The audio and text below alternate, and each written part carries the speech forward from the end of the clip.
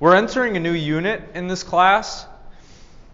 What we've been doing up until this point is I've been trying to give you examples of logic, argumentation, and rhetoric in writing.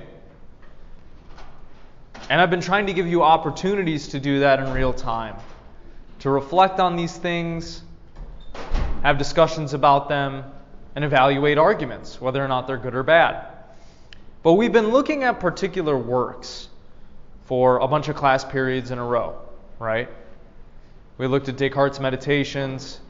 We looked at C.S. Lewis's Miracles. Well, in this unit, basically for the next 4 days, 5 days, something like that, we're going to look at a different essay each day that are written by a bunch of different people that talk about different topics and issues that, well, have something to do with your life and or what we are doing in this class. Today we're going to talk about the value and the function of education and how we should think about it. We're going to read an essay on speech and perhaps why silence is a virtue. We're going to read an essay on anarchism, and then we're going to read this weird, very short essay on mysticism and see if we can make any sense of that. And that is going to take all of our critical thinking skills.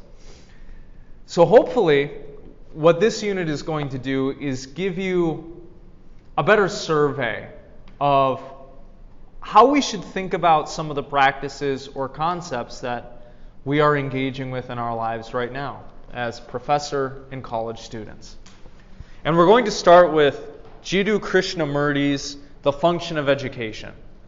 So pull up that reading, and we're just going to start. I'm going to start by reading, and we'll stop. I'll ask you some questions and see what you think about all this. See if you think he's on the right track here.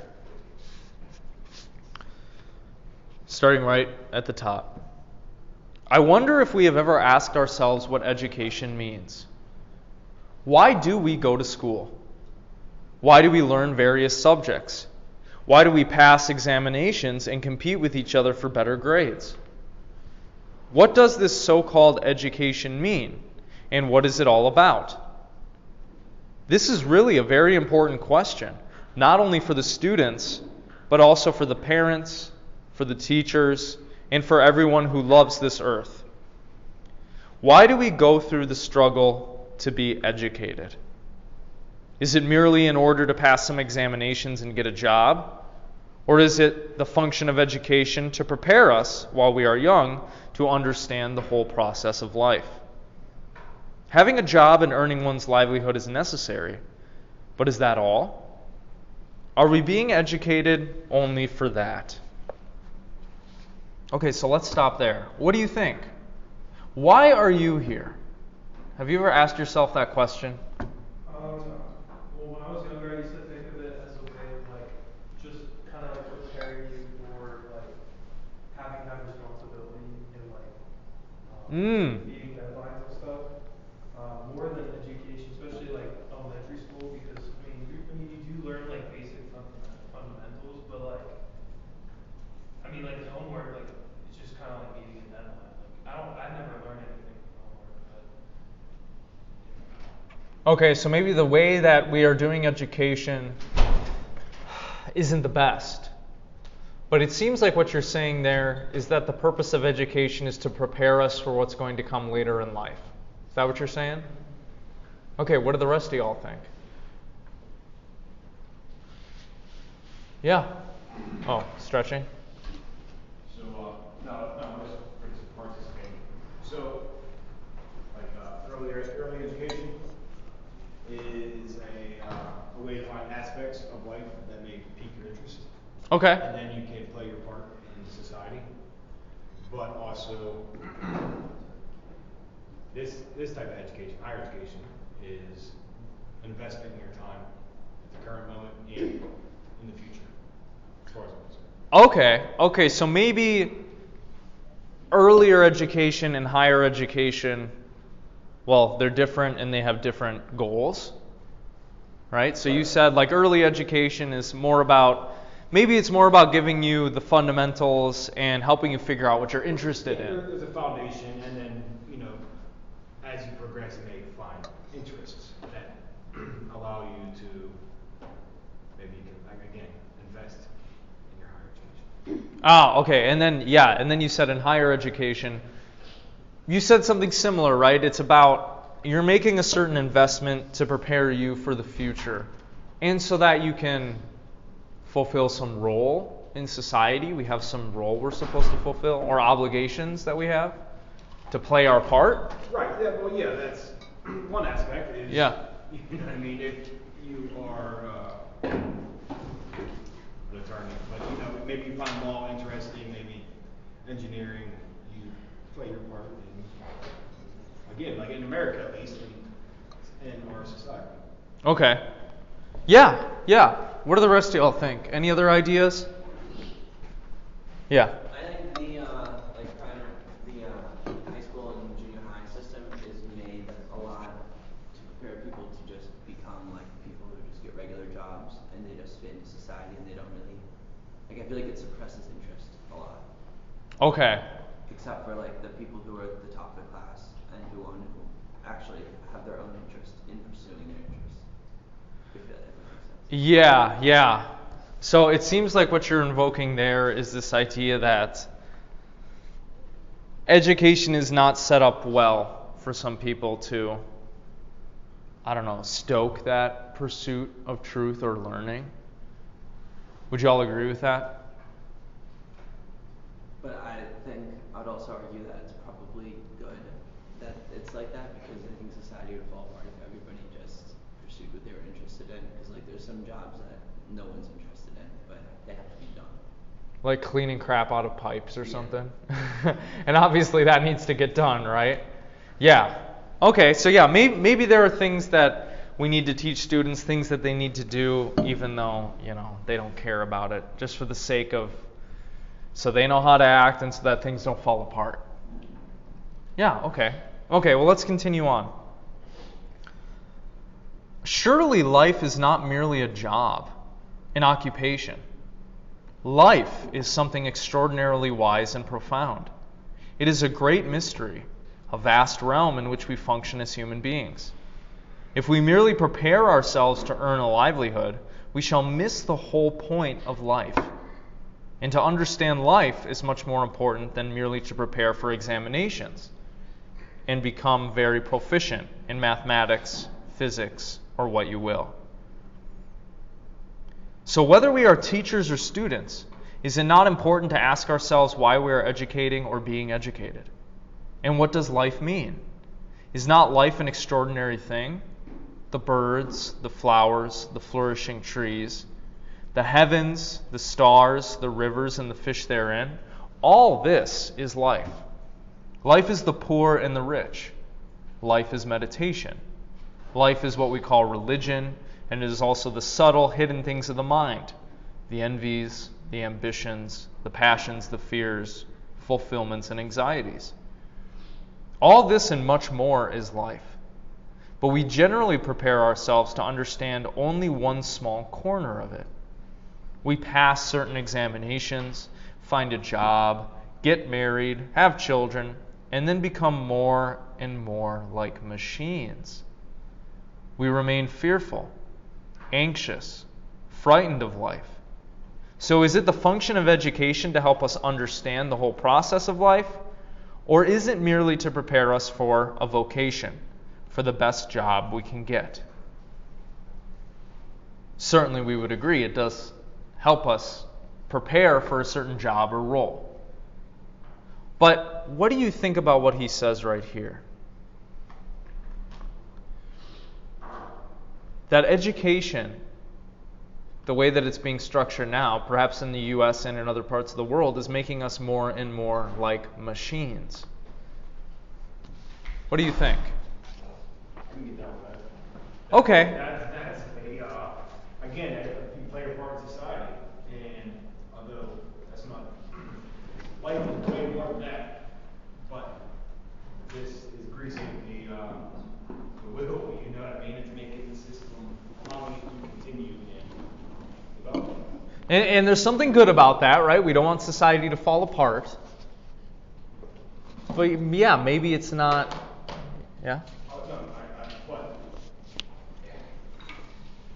life is, I mean, way more than that. We're talking about education, but life is way more than that because it's,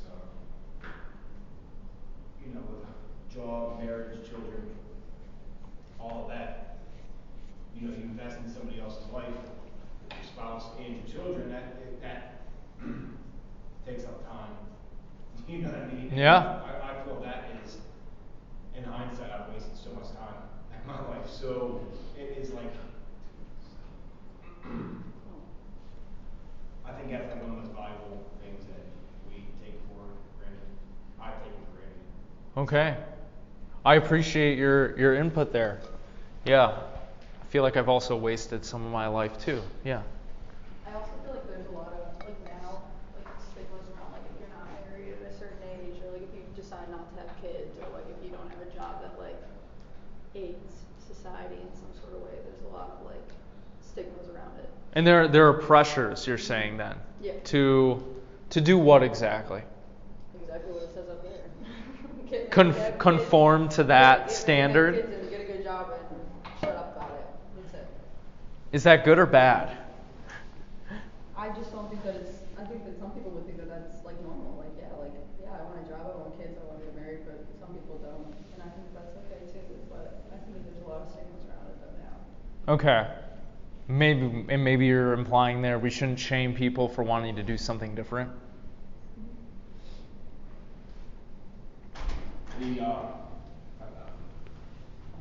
This dude who lives across the street from me, God bless him, he can do whatever he wants. You know what I mean? But I hear him talk to his family. He sounds so fucking boring. Like, he literally is like a part of the machine. He has a family. I see him out there swinging his golf club, living his, you know what I mean? And it's like, I hear him talk to his son, and he doesn't really break tone, and he's, very, very boring. You know what I mean? Yeah. So, he can do whatever he wants, but I feel he embodies that, becoming the, or maybe she said, becoming a part of the machine. You know what I mean? Yeah. This is probably an idea you've heard before, right? There are people for decades who have been saying, the way our society is set up and the way education is set up is to produce good workers who will conform and obey and be a cog in the machine. Do you think that's how things are set up? Is that what we're pressured into doing? Yes. Okay, 1 yes. 2, 3 yeses maybe? Yeah? I think it might be a bit different for us, like considering we're at a liberal arts university where you are forced to try new things. Like this class. Yeah. Yeah. There are a lot of colleges though where it's like you can just study one thing and go right into the workforce. They have like direct lines to getting hired. To make this a little bit meta, this is why I think philosophy in this class is so important. You may not see a lot of value in it, but if I can get you to reflect on these things, you're doing more than the majority of people. Think about your neighbor, right? How often do you think he reflects on whether or not all these things that he has and is engaging in is what he authentically actually wants, and the life path that he actually wants to follow? So obviously, you want to get a job, you want to survive. But you should spend time thinking, about what it is that you really want. And what it is that you're passionate about here. Are you actually studying something that you want to study that interests you? Or are you just studying something as a means to an end? Well, that would be good to reflect on. Let's continue. What is going to happen to all of us when we grow to be men and women? Have you ever asked yourselves what you are going to do when you grow up? In all likelihood, you will get married, and before you know where you are, you will be mothers and fathers. And you will then be tied to a job or to the kitchen, in which you will gradually wither away. Is that all your life is going to be? Have you ever asked yourselves this question? Should you not ask it? If your family is wealthy, you may have a fairly good position already assured. Your father may give you a comfortable job, or you may get richly married. But there also you will decay, deteriorate. Do you see? Okay, so what is he trying to say here? What's he? Sure, I mean, we're all going to die. Yeah, absolutely. Yeah. Or did you mean that in a different sense of the word?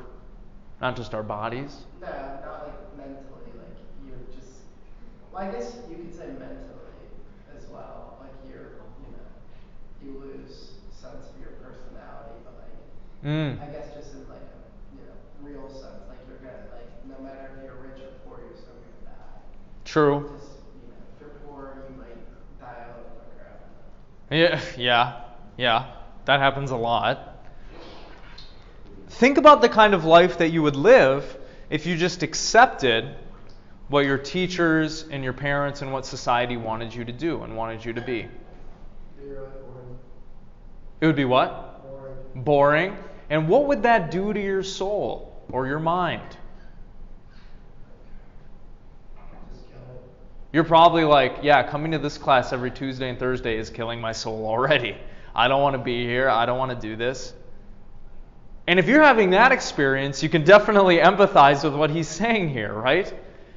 If you feel pressured to conform according to some certain standard you don't agree with, to follow a life path that you don't even want to engage in, is that going to be good for you and other people? Is that going to enliven you? What's going to yeah. If you're unaware of the other side of the fence, then like again, that dude across the street, he seems happy and content. You know what I mean? Whereas I am opposite. Mm-hmm. So, maybe conforming may not be all that.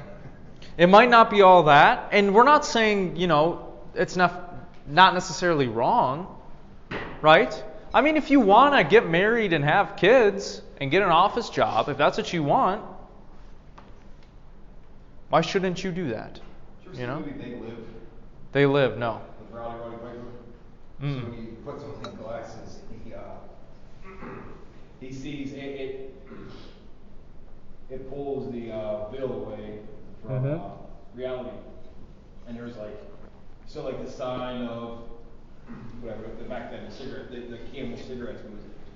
So the billboards would be like obey, conform, all the things that we're being told of how to participate in society. It was a really cool idea. It was obviously an exaggerated exposition of this person's view on life. Yeah. I mean, think about the kind of environment in which we live. Every day, you're being blasted with images and ideas that are telling you how to think and how to live. Are all of them bad? Are they all leading you down the wrong path? Probably not. But how often do you actually think critically about that stuff? What your own desires are? What you actually want? Life is scary. It's scary to take risks, to follow your dreams. But would you rather wither away in a job that you hate? Or shoot for the moon and crash and burn? I don't know. That's a question you're going to have to ask yourself, right? Yeah. I was going to back a bit on the ideas I think it's very subjective. I think that this is a bad idea, but you cannot, and that's just kind of I guess how life is, and while some people might find it boring, some people find it fun. What was the last one again? Sorry, I'm not like I'm I'm just trying to get y'all to reflect on why are you here?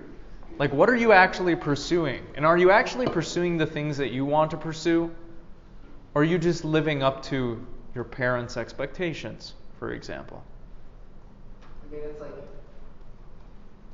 I guess if someone in the middle, like, there's things I'd rather be doing right now. Sure. But there's also a point where you have to be a little bit based in reality. Like you can't just, like, let's say you enjoy streaming, you can stream, but unless you make it big, it's not very financially feasible. You kind of have to wake up and do something, or else you're just gonna crash and burn. Right, die because you can't afford to feed yourself, right? Die sooner because you're poor and you have like 2 viewers on a Friday night, right? Yeah, we need to reckon with the facts of reality. That's certainly true. But you should ask yourself what exactly you're doing while you're here, when you're reading this stuff, when you're thinking about it. Are you oriented towards the kind of life that you want to live? Or are you building yourself a life that you don't really want? Well, that is something you should reflect on. But let's keep going. Krishnamurti says, surely education has no meaning unless it helps you understand the vast expanse of life, with all its subtleties, with its extraordinary beauty, its sorrows and joys. You may earn degrees, you may have a series of letters after your name and land a very good job. But then what? What is the point of it all if in the process your mind becomes dull, weary, stupid? So while you are young, must you not seek to find out what life is all about? And is it not the true function of education to cultivate in you the intelligence which will try to find the answer to all these problems? Do you know what intelligence is? It is the capacity, surely, to think freely, without fear, without a formula, so that you begin to discover for yourself what is real, what is true. But if you are frightened, you will never be intelligent. Any fear of ambition, spiritual or mundane, breeds anxiety. Therefore, ambition does not help to bring about a mind that is clear, simple, direct, and hence intelligent. What do you think about what he's saying here with regards to conformity, intelligence? In your earlier education, and now in your higher education, you're being taught to think certain ways. You're being taught to believe certain things about the world, right? You're being taught that the world is a certain way, and this is how you should view it, and this is how you should live and act within it. But do you think all of your professors and teachers are right all the time? No. You're like, hell no. I think they're wrong about almost everything, right? And so, what kind of attitude should you take to what I'm telling you, or what your other professors are telling you? Like an open-minded attitude. You think you should be open-minded? Yeah, why? Because I don't know everything. Fair enough. Yeah, I don't know everything. In fact, there's a lot more that we don't know than we know, probably. Right? I think you should also be inquisitive almost about what they're saying. If you don't think it's right, research it or question and see, get to the bottom of what they're talking about, basically. Okay. And he connects that to fear here, right? He says intelligence is the capacity to think freely without fear, without a formula, so that you begin to discover for yourself what is real, what is true. Have you ever had this experience of being afraid to think about or entertain or say certain things in class? I used to. And how did that affect you? It made me think I didn't know what I was always talking about. Mm. Like that makes sense. It made me feel like this person in my Yeah. It doesn't feel good, right? Do you feel like your education now that you're getting is transforming you into the kind of person that doesn't think freely? Or no? I would agree. Do you think it's helping you think more freely? Yeah. Okay, good. Good, I hope so. Yeah? I think a lot of the tools they teach you, like, they have the database in the library that you can look up, like, the scientific research in. Mm-hmm. Allows you to, like, research it for yourself rather than just taking what the professor tells you. And you think that's a good thing? I think that's a good thing. Okay, good. Yeah, what do the rest of y'all think?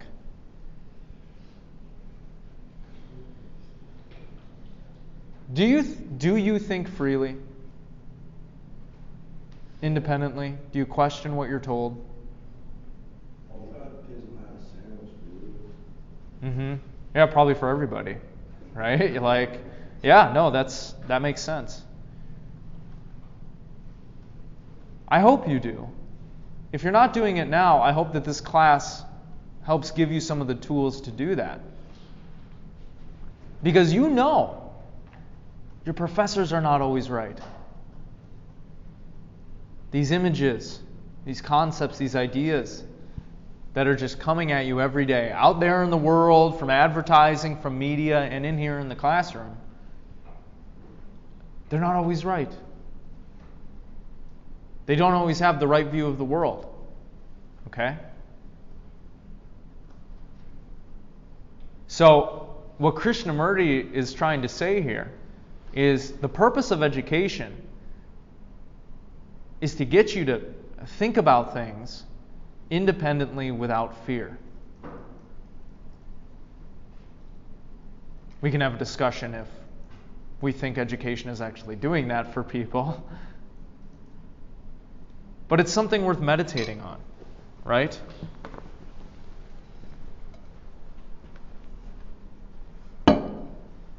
Let's keep going. You know, it is really very important while you are young to live in an environment in which there is no fear. Most of us, as we grow older, become frightened. We are afraid of living, afraid of losing a job, afraid of tradition, afraid of what the neighbors or what the wife or husband would say, afraid of death. Most of us have fear in one form or another. And where there is fear, there is no intelligence. And it is not possible for all of us, while we are young, to be in an environment where there is no fear, but rather an atmosphere of freedom. Freedom not just to do what we like, but to understand the whole process of living. Life is really very beautiful. It is not this ugly thing that we have made of it. And you can appreciate its richness, its depth, its extraordinary loveliness only when you revolt against everything, against organized religion, against tradition, against the present rotten society, so that you as a human being find out for yourself what is true. Not to imitate, but to discover. That is education. Is it not? Okay, so he said a lot of things there. Let's try to break down some of this. Fear, he thinks, prevents us from thinking, prevents us from learning and growing. Why? Well, I don't know, just run through it in your mind. If you're afraid of learning something about yourself or afraid of talking to someone about something, you're not going to expand your mind, right? You're going to stay in your view, in your beliefs, in your thoughts and feelings. It's not possible to completely eradicate fear. I'm sure as you grew up, you had negative experiences, you felt fear, perhaps you experienced trauma, all of that stuff. But he says that as we grow older, if we don't think and reflect for ourselves, the fear is going to grow, and it's going to prevent us from truly living.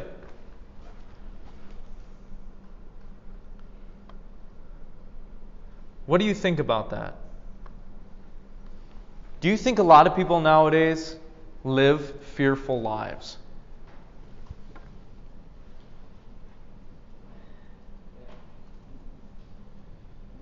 Yeah? I don't think enough people question it to have the fear for it. Not enough people question it to have the fear for it? Could you give like an example? Like if people are living like a traditional life, they're not questioning what they're missing outside of that, job, come home, go back to their job, like take kids, stuff like that. Like they're not like questioning like maybe what's outside of it, or like maybe they didn't find out for themselves throughout the rest of their life. I don't know. Yeah, maybe some people haven't thought about this stuff at all, and so they're not even aware of how it could be different.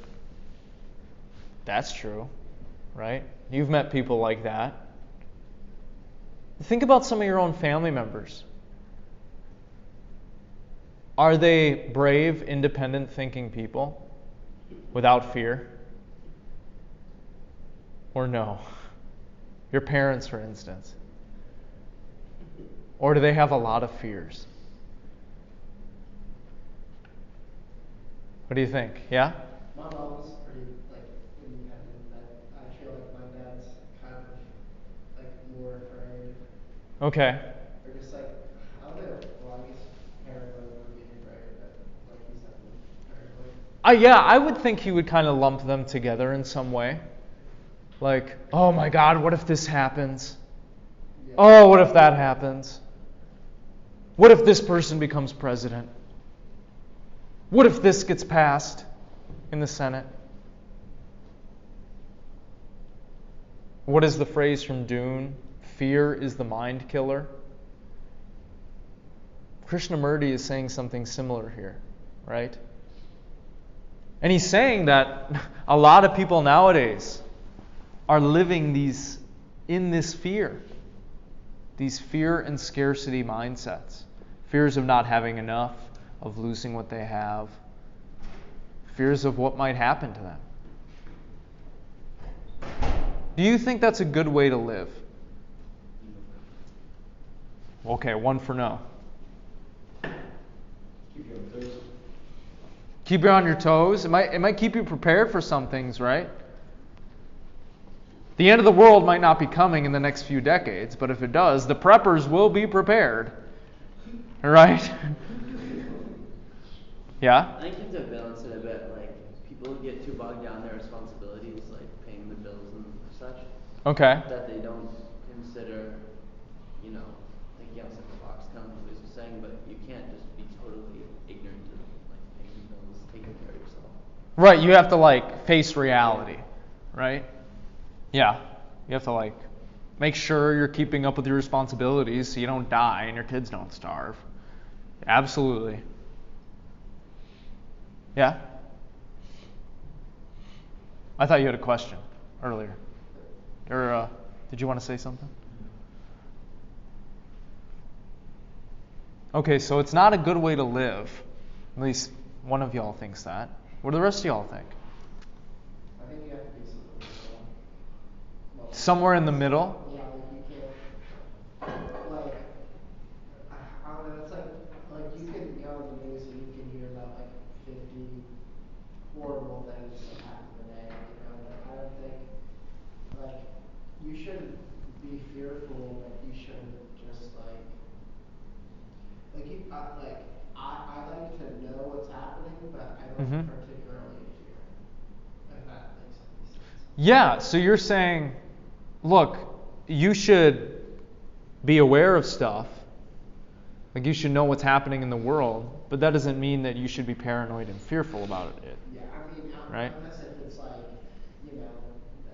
there's going to be a nuclear bomb on your house, or right at your house, maybe, yeah, you should be a little bit concerned, but it's if it's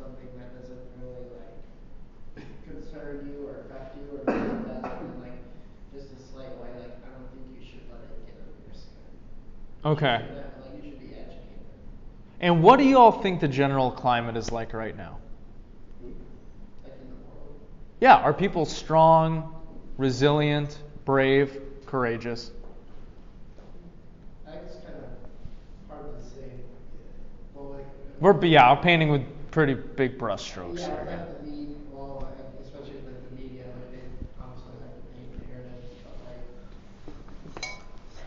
I mean, like you can go up, at least here, like I feel like there are a lot of not fearful people, but like, I don't know, it just depends on where you are and like the people around you, I guess. Sure. Like just like area. Okay, yeah. It's going to be context dependent, perhaps Maybe regional. like China, they're more scared because they have like a dictator and all the like smoke in the sky, you know. But here it's just pretty. The scariest thing is when there's a rainstorm. So. Yeah, maybe we fear different things too, right? Yeah. I was just gonna say like, at least what I thought I heard from Gavin was that he said that everyone here was like not fearful. I'm gonna say the opposite because it seems like to me like everyone like I was gonna say something. Like everyone has their own fear in their own way. Like someone here is like always fearful of like how they're gonna pay their bills, and then someone's gonna be fearful of like losing their girlfriend or something like that. Sure. Everybody in the whole entire world, I feel like lives in fear constantly. Like I don't think that anyone doesn't. Okay. But maybe we fear different things. Yeah. Maybe it's awareness of fear everything, and you know, maybe that's more of an awareness of what could happen. You know what I mean? Sure. Like, and that's also plays a part in what he said about something falling in the middle, and your life experiences, and because. So, to make two different references, like the dude across the street, we have a kid around the same age, 2 years old, and I'm gonna end up saying something. One day he lets his 2-year-old, bro, like we live on a street where people bawl up and down the road. Yeah. And he lets his kid, 2 years old, just like plays in the front lawn right along the street, and I feel what are you doing, bro? Yeah. You know what I mean? Somebody playing on their cell phone is going to end up. Something could go wrong, right? A number of things could go wrong. So maybe he doesn't have enough fear in that instance, right? Like my cousin's wife, we're having a conversation about something personal involving her, and she literally chooses, put the conversation to an end, and rather choose ignorance than, do you know what I mean? Right. Reality. This is what Krishnamurti, this is the main idea he's trying to get at. Yes, exactly. I want to encourage you to widen your definition of fear. Fear doesn't necessarily have to mean you feel an intense emotion and it's like, oh, right there, and it's like you're paralyzed. Fear comes in other forms and degrees, right? So could shyness be a form of fear? Maybe. Think about yourself and your fellow students in your classes. Ready for some real talk? Yep. The vast majority of you are afraid to speak your opinions. Right? Because you don't want to be persecuted. You don't want people to think ill of you. You're worried about what might happen to your social circle or losing friends and all this stuff. You're afraid in your relationships of being open and honest about what you need and what you want because you don't want them to leave you. This is how humans feel. We all deal with this. And that doesn't make you a bad person. But what Krishnamurti is trying to convince you of is it prevents you from living. Because if you're afraid of something, you're not going to expand your horizons. You're not going to try new things. You're not going to take the risk. And there are legitimate things to be fearful of, right? If I go on a safari, okay, and the group leaves me behind and I'm face to face with a lion, I'm not going to be like, I'm not afraid at all. I'm going to rush this thing. I'm going to feel fear. And I think it's appropriate to feel fear in that instance. But I think what he would say is a lot of people are paralyzed by their fears and worries. And what he's trying to get y'all to question is that how you should live? Are you comfortable living like that?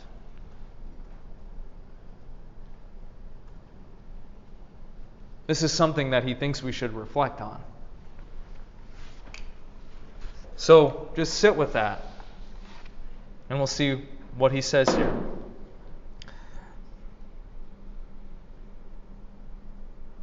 It is very easy to conform to what your society or your parents and teachers tell you. That is a safe and easy way of existing. But that is not living. Because in it there is fear, decay, death. To live is to find out for yourself what is true, and you can do this only when there is freedom.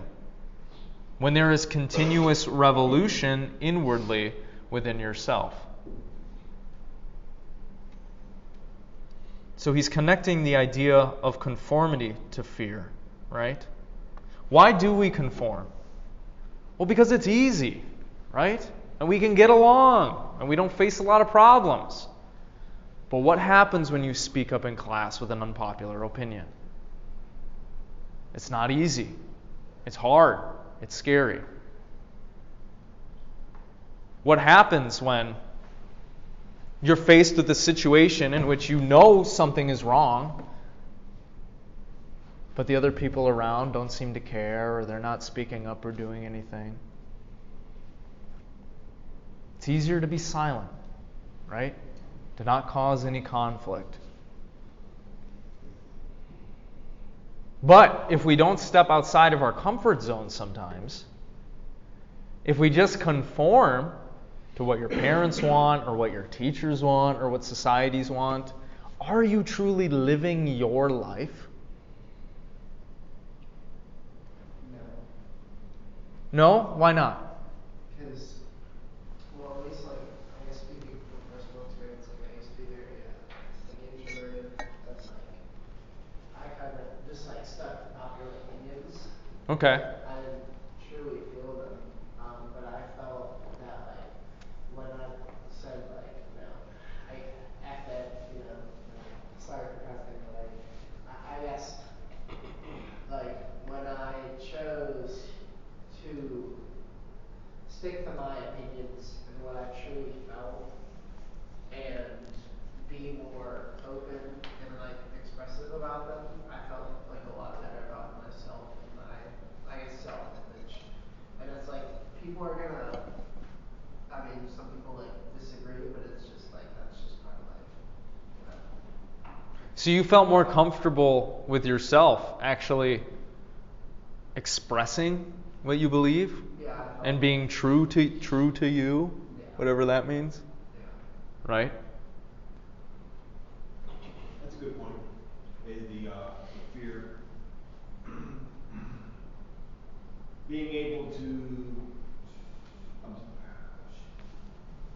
come to terms with yourself. You know what I mean? And having done that, he was able to step out of his comfort zone. Yeah. Yeah. You know what I mean? So,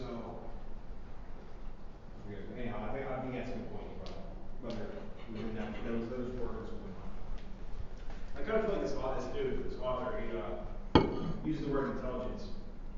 Differently than how we would, right? I kind of feel it's maybe like knowledge, wisdom, and understanding. Yeah. You know what I mean? Is what I kind of feel those three words incorporate better into this. Yeah, I think he's using kind of a more general definition, right? Yeah. But maybe that's good because it's giving us new ideas, right? And new ways of thinking about these things. What he makes here is a very surprising claim. Look at this. To live is to find out for yourself what is true. And you can do this only when there is freedom, when there is continuous revolution inwardly within yourself. What does that mean? What is he saying? Continuous revolution inwardly towards yourself? What the hell is he getting at? You challenge your old ideas and then possibly create new ones if the old ones are full. Right. What he has in mind here is being open-minded and actually reflecting on what you've been told and actually thinking about your beliefs. Critical thinking, right? Using reason, using reflection. Not just passively accepting everything and going along with it, but actually thinking about it. This is what logic and argument is supposed to do, right? It's to get people to think a certain way and get people to reflect on things. And he says, that is what it means to live, is to engage in a process in which you're trying to find out what is true, in which you're always engaging in reflection and thought and reason. What do you think about that? Does this sound like a good way to live? Or no? Yeah, and then I'll go back to you. Yeah. I mean, if you're always engaging and reflecting, then how are you supposed to Like do anything? Yeah, or just like not engage and not reflect. Like, is that the only thing to life? Is engaging and reflecting? Certainly not, right? Yeah, I mean, if you just spend all your time, right, sitting in your armchair at home thinking about stuff, you're gonna die of starvation, right? Yeah, okay, so maybe we could add some caveats here. Maybe we could say, look, sometimes life calls for action. You gotta go to work, right? You gotta shit. You gotta eat. Sometimes you gotta do things, right? Can't spend all your time thinking. But compare what he's saying here to how you're living your life now or how other people are living their lives now in society. Would you say that they are thinking and reflecting enough? I'm seeing a lot of shaking of heads. I personally don't think so, and I had an example, but I feel like it's a little bit too political. But I think a lot of people I feel like a lot of people they see one thing, and or they hear one thing, and they kind of just stick with it. But I think to really gain a valid opinion on something, really discover it, I think you have to dive deep into it. And I would want to say as well, I think the internal revolution is important, I guess talking with yourself and thinking, but I also think it's very important. I don't know if he says this, but talk with others and their thoughts and opinions. Sure. Because if you just live off your thoughts and your opinions, you're going to be very close-minded and you're just not gonna maybe you might be happy, but you might agree, but no one else is gonna agree with you. You're just gonna be sad, I guess. But you have to. Yeah. I think it's very important sometimes to have your opinions challenged because you either double down on your idea of it, or you kind of sway to one side and see the other side. Yeah, you change it, Yeah. right? Yeah, maybe we could say, look, you can engage in this, and part of what that looks like is consuming information out there in the world from alternative sources, and talking with people, and talking to people of other political parties and all that stuff, right? civil discourse. Right. I think what he's saying here is, he's not saying just spend all your time thinking in the study. He's not saying that.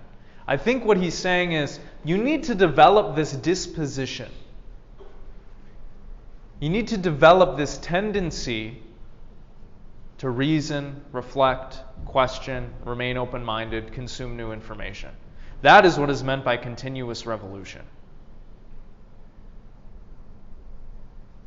Now, I would venture a guess a lot of you in this room think that people aren't doing enough thinking. They don't have this disposition. A lot of them just accept what they're told by their professors, for instance. And now here's the funny thing. I'm telling you to think more, and I'm telling you to reflect. Are you just going to accept that? Or are you going to think about that? You could be wrong. I could be wrong. Maybe the best way for you to live is to not think about anything. Oh, but maybe you should think about it. I don't know, right? Ooh, whoa, philosophy. Yeah. A lot of people, they're more my age up here, you know what I mean? Age-wise, they're like set in their ways, you know what I mean? Yeah. And again, like a lot of them choose. They have to choose ignorance over reality, Oh, it's very comfortable. It's comforting to do so, right? Right. And then, but a lot of them also, when it comes to like politics, for instance, I take it with a grain of salt. Because it sounds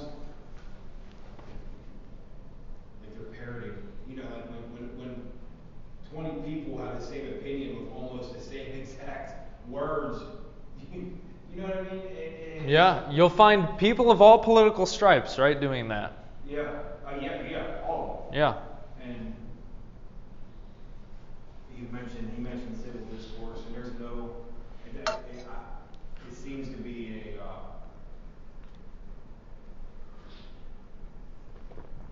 That might be breaking down too, civil discourse. It seems to be, we're losing it, that civil discourse, because more often than not, the conversation, especially in politics, goes from 0 to 100 fast. A lot of people have sincerely held beliefs. That's why they think about and talk about political things, right? And they feel very strongly about these things. And that's not bad, right? It's good to express yourself and to be honest and talk with others. Yeah. I was just going to say, I think also like our current society, I think it's a lot easier to be a hater than it is to be a supporter. Like, you could make a tweet and you could get, a lot of reactions, but like I said, it's just as easy to it's just as easy to love as it is to hate. But I feel like hate is just such like a negative emotion, but it's so it's strong and it's easy. It's very strong, right? It's very passionate, and I think it kind of garners more gravity, Well, and what is negative sticks in our minds more easily, right, than what is positive. I'm sure you can remember a lot of the bad things that people have said to you, but how many good things and compliments do you remember, right, or positive experiences? Or at least experiences that didn't hurt you, right? Oh, you forget those the next day, right? So, yeah, maybe in our society, civil discourse is more difficult. Maybe it's easier to be a hater. Krishnamurti is going to level another criticism against it. The kind of society we're living in, what does it do? Here's what he says. You are not encouraged to do this, though. No one tells you to question, to find out for yourself. Because if you were a rebel, you would become a danger to all that is false.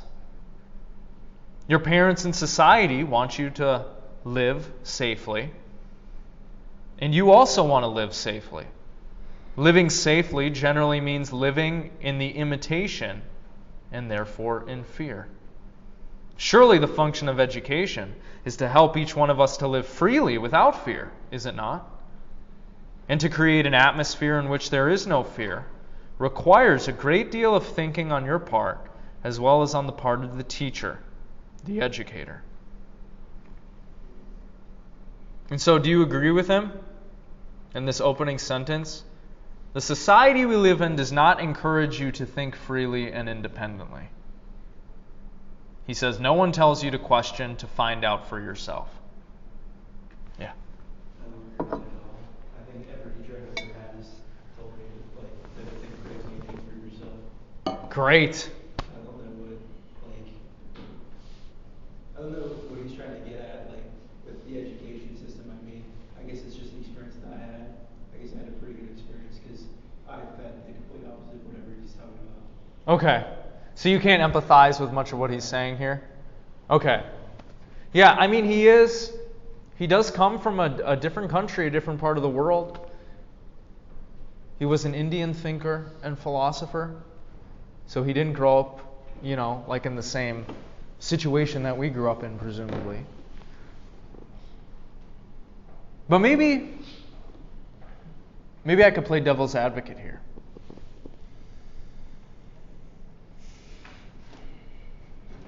I think what he's trying to get at is the general tendency of upbringing, tradition, and education to produce conformity.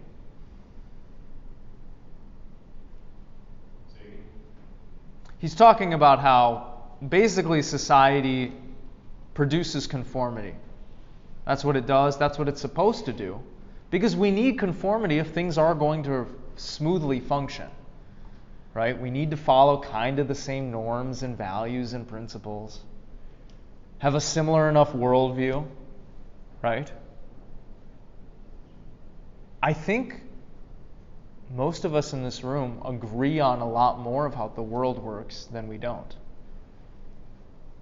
And that is something that we've received through our upbringing, through education. And that's not necessarily bad, right? Because, look, over the millennia, we've discovered a lot of stuff about how the world works, and we've gotten better at that, and our knowledge has grown, and all of that stuff.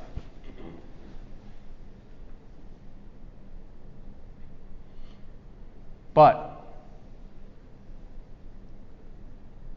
he's going to say, the odds are high that you likely do not spend a lot of time reflecting on what you're told. But perhaps this isn't your experience. And if it isn't, great. Great. Keep doing that. Keep living that way. Okay. I don't know. What do you think about that?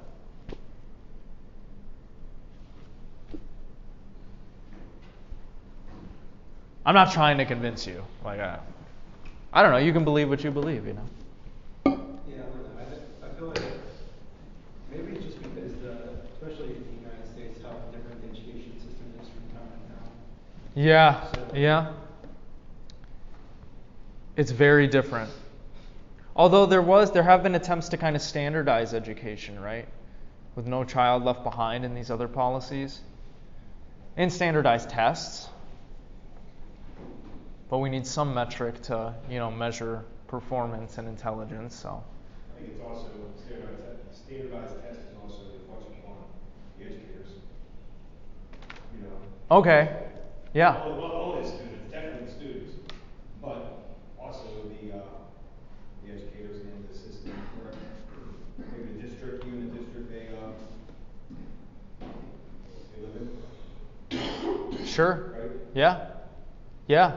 And you might say, the thoughts that people have and the behaviors that they engage in out there in the world is also a reflection of the health and nature of the society that we live in. Right? We'll talk about this more when we read our anarchism piece, but there are a lot of social pressures and influences that impact how we think about things and what we do. For example, when you come into the room, you don't stand on the table and dance. You sit in your chair, right? That is a part of your academic conditioning. You were taught you sit in the chair and be a good little student and you listen to the teacher. That is the appropriate behavior. You say thank you when someone gives you something, right? You be respectful to your elders. And there's no getting around all that, right? I mean, you could completely try to buck the system, but that doesn't necessarily mean it would be good for you or for other people.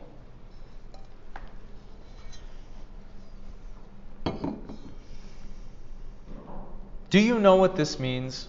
He says. What an extraordinary thing it would be to create an atmosphere in which there is no fear. And we must create it, because we see that the world is caught up in endless wars. It is guided by politicians who are always seeking power. It is a world of lawyers, policemen, and soldiers, of ambitious men and women, all wanting position and all fighting each other to get it. Then there are the so-called saints, the religious gurus with their followers. They also want power, position, here or in the next life.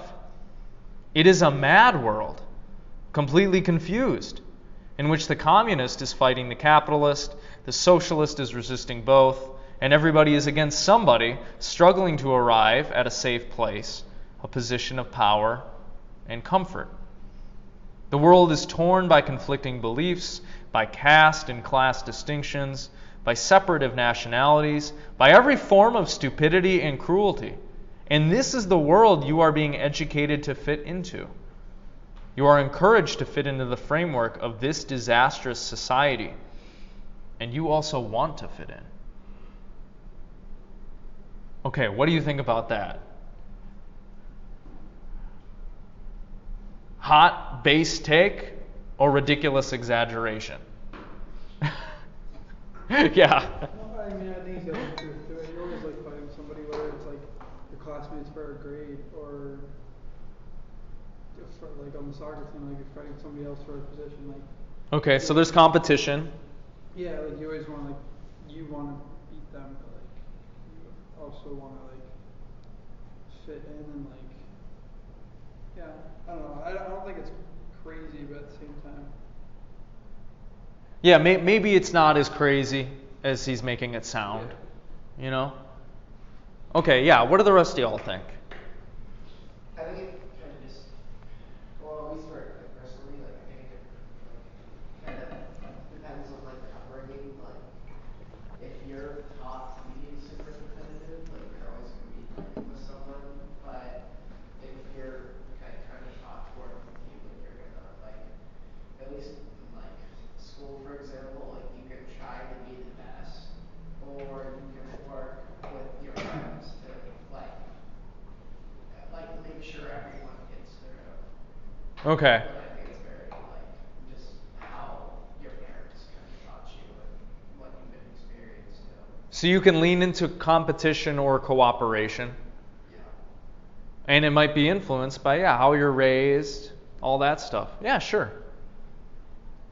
I think the last bit was most interesting to me, that you're encouraged to fit in, you also want to fit in, because it made me think, like, people that you're competing against, they kind of offer you, like, hey, if you just stop competing, we'll give you, like a typical life, the job, your wife, a house that's just happy enough to make, that's just good enough to make you think you're happy, but not good enough to make you question it, or good enough to not question it. Okay, so you think he's kind of right. Yeah, and by doing that, people stop competing, and people who can offer that one. Okay.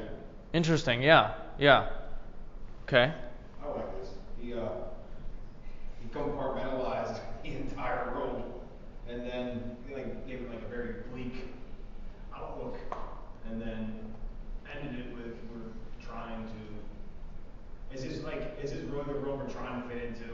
I mean, it is. According to him, it is. But again, it's very bleak. So why would you want to fit into this world that is so conflicted? Partly we don't know I another know. world. It doesn't mean that, everything he's saying here is true, though. I mean, maybe he's over-exaggerating. I mean, there's stupidity and cruelty, and people are fighting against each other. But you could view society as a giant cooperative project. I mean, none of this stuff would be here if people weren't working together, right? If people weren't doing stuff and helping out each other and working together. So maybe it's not so bleak. Although, there is violence, there's death. Yeah. I think the way that you kind of need competition in a society, because if there's no, if everyone just works together and, how to explain this, if you're the best at something and there's no competition, you're never going to strive to become better because you're already the best. Okay. Competition brings drive, and I guess for example, just in the space race, the Russians drove America to be better and really step on the gas, and I think that's kind of needed because we in society we always need to be breaking barriers, raising the ceiling, and competition, and it's just gonna stay where it is. The kind of idea you're echoing, I think, can be found in philosophers like Nietzsche and William James. Nietzsche said something once like, suffering is the mother of all invention. Something like that. And what he's trying to make a point about is if you don't face any hardship or obstacles, you're not going to innovate or grow. And then James also says something like, a meaningful life requires hurdles and obstacles. And so you might say there's a place for competition or hurdles or obstacles, maybe. Yeah, you could think that. You kind of learn about yourself through adversity. In times of adversity, you really see how strong you are and who you really are as a person. Okay, so maybe, it helps you expand your horizons, right? Yeah. Okay, I want to get your take on this next paragraph. I don't think we're going to finish this, but let's see. Now, is it the function of education merely to help you to conform to the pattern of this rotten social order? Or is it to give you freedom, complete freedom to grow and create a different society, a new world? We want to have this freedom, not in the future, but now. Otherwise, we may all be destroyed. We must create immediately an atmosphere of freedom so that you can live and find out for yourselves what is true, so that you become intelligent, so that you are able to face the world and understand it, not just conform to it, so that inwardly, deeply, psychologically, you are in constant revolt. Because it is only those who are in constant revolt that discover what is true, not the man who conforms, who follows some tradition. So, is it true that we are living in a rotten social order? And is it important to create this atmosphere of freedom? What do you think? Are things really that bad? I mean, well, I don't really think so. They're not great. Especially in our society, I feel like it's so divided. Especially America's really divided right now. But in reality, it's not that bad. And I think you have to have freedom because, without freedom, you're gonna fall into I guess, if you just watch the news, you go to high school, you go to college, you get a job, and you just watch the news, you're gonna be so just just killed. mentally. You're gonna be so like stressed because like they don't ever talk about anything good. But I think if you step outside of that, like you can really, I guess, live. I was gonna say that, but like. Okay. Yeah, I mean, certainly there are things about this world that we would like to change, right? Yeah. It's not perfect. We all have different ideas about what the perfect world looks like. A lot of us like freedom. We want people to be free to kind of live how they want, generally speaking. But yeah, you might take issue with his analysis here, of his description. You might think it's really not as bad as he's saying it is. Maybe he's exaggerating. You know, it would seem like we have more political freedom than most other countries. Freedom of speech, freedom of religion, freedom of the press, right? But then certainly there are, as we'll talk about in this class, existential risks that we are facing as well. You could talk about pollution or waste or environmental stuff. You could talk about biowarfare, the emergence and rise of artificial intelligence, the threat of nuclear war. All of these are things that we're going to have to deal with.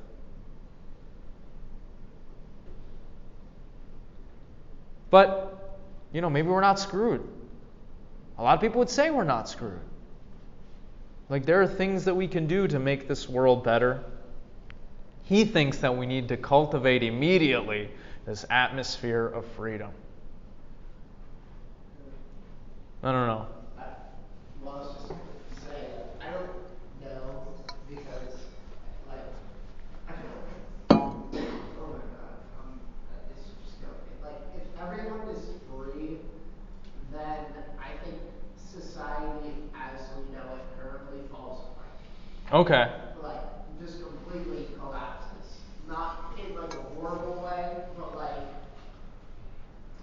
it would just, because, like, I guess the well-oiled machine that is, like, I guess, like, just America right now, like, if, like, you have 3 people, one probably ends up being free to go into, like, the machine, like, if you take everyone out of it, like, it's just gonna, like, just stop society as we know, because there would be, like, because everyone would want to do what they want to do, and then I feel like, well, at least business and like the economy. I hear what you're saying.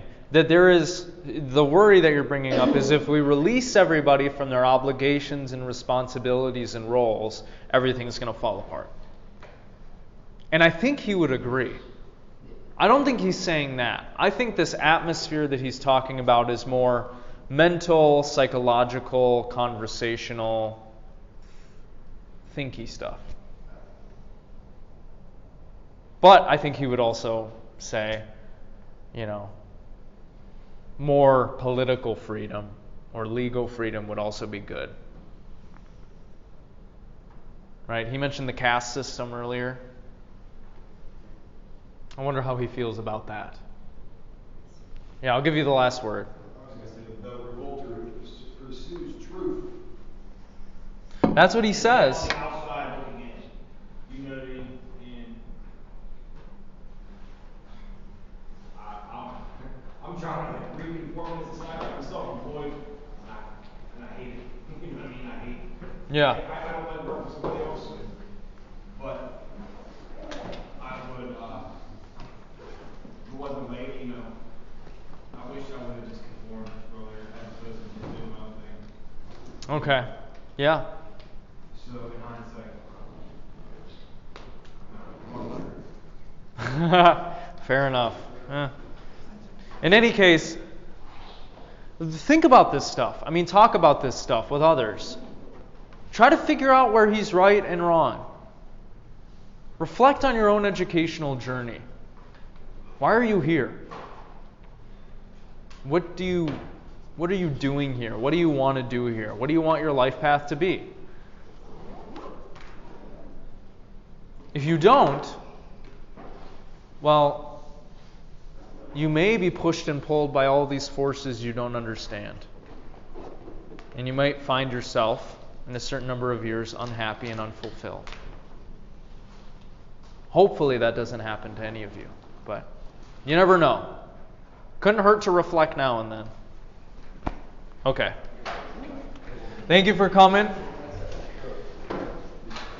I will see you all next week, where we'll go over the next essay. Have a good day off on Thursday.